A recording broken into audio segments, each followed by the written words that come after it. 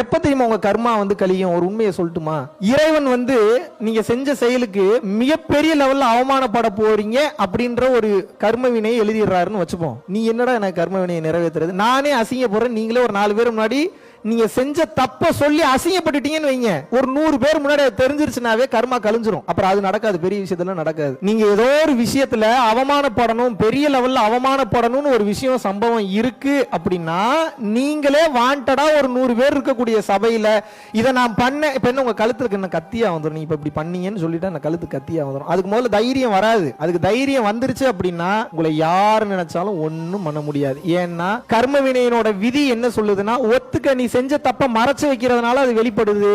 Already நீயே வெளிப்பட்டுட்டேன்னா என்ன ஆகும்? கர்ம வினைன்றதே மனம் சம்பந்தப்பட்டதான. மனசுல இருந்து ஒண்ணு வெளியே போயிருச்சு, வெளியே போன உடனே மறுபடியும் உள்ள வருமா? புதுசா சேர்த்தீங்கன்னா வரும், பழசு உள்ள வருமா? இப்ப நீங்களே வெளிப்படுத்திடுறீங்க, வெளிப்படுத்தின உடனே கர்மா டேலி ஆயிடுது. ஏப்ரல் மாதம் 18ஆம் தேதியிலிருந்து